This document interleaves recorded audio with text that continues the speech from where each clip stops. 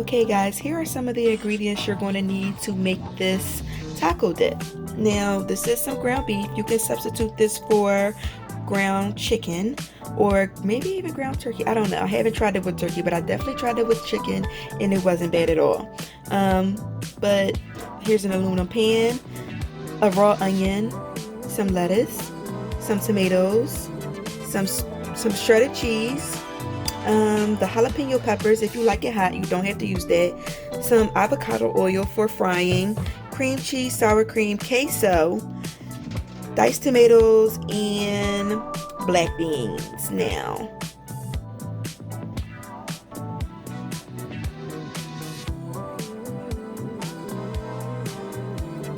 after you've added your avocado to the pan, add your ground beef for frying, and we're going to dice up the onions and fry it all together. Now you can season this to your preference, but I like to add some of this Casa Mamita taco seasoning packets, and I use about 1 to 2 packets depending on how much ground beef I use. So I'm now going to add this to the beef.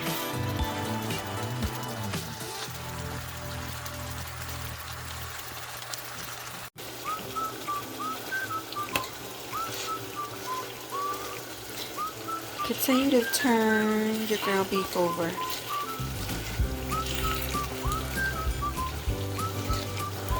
Breaking it up.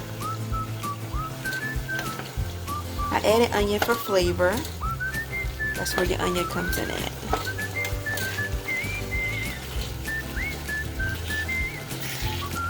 Okay, now that we're frying, we're going to add some water so it can shimmer.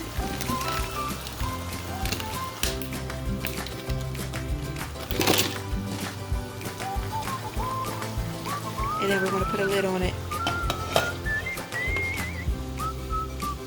Okay, now we're going to mix the sour cream and the cream cheese. This is going to be our first layer in the pan. So your mixture should look something like this. You can always put this in the microwave, but since we're going to pop this in the oven after we're done doing the layers, I kind of just mix it as best as I can with my spoon. If you take the cream cheese and the sour cream out, it might be a little bit easier to mix around, but I'm going to just keep, doing this with a hard spoon, and I'm going to spread it evenly across the pan. Okay, so your first layer should look something like this, evenly spread across. Okay, now we're going to add our black beans as the first layer. Okay, so it should look a little bit like this. You can drain some of the juices, but it's still going to be there for the black beans. Next, we're going to add the diced tomatoes over top of the black beans. Okay, so after you do the diced tomatoes, you put it on top and it should look like this. If you choose to, you can add some jalapenos. You don't have to do this, but from just me making it over the past year, people do like the jalapenos. Okay, here we go. Here's the jalapenos on top. Now, after letting our meat simmer, we're going to pour it on top of the jalapenos.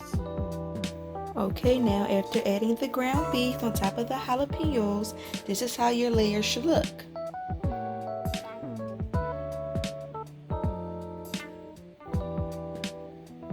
Next, we're going to add the queso blanco dip by Tortitos, and we're going to pour it all over the ground beef as much as you can evenly.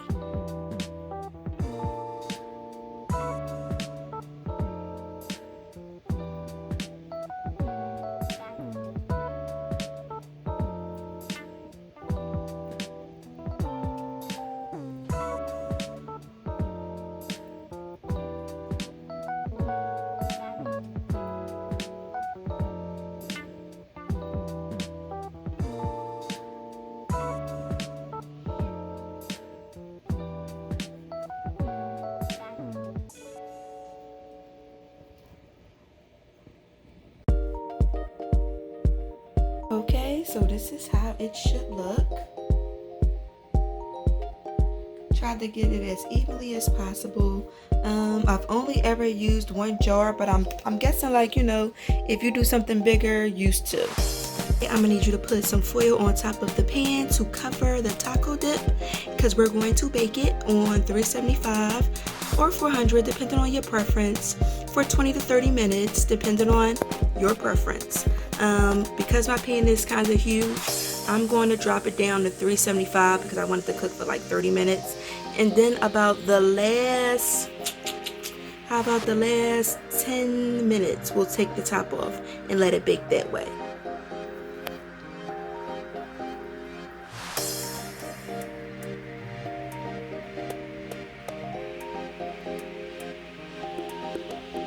Now, after your taco dip has cooled, you can add the lettuce and then the tomatoes.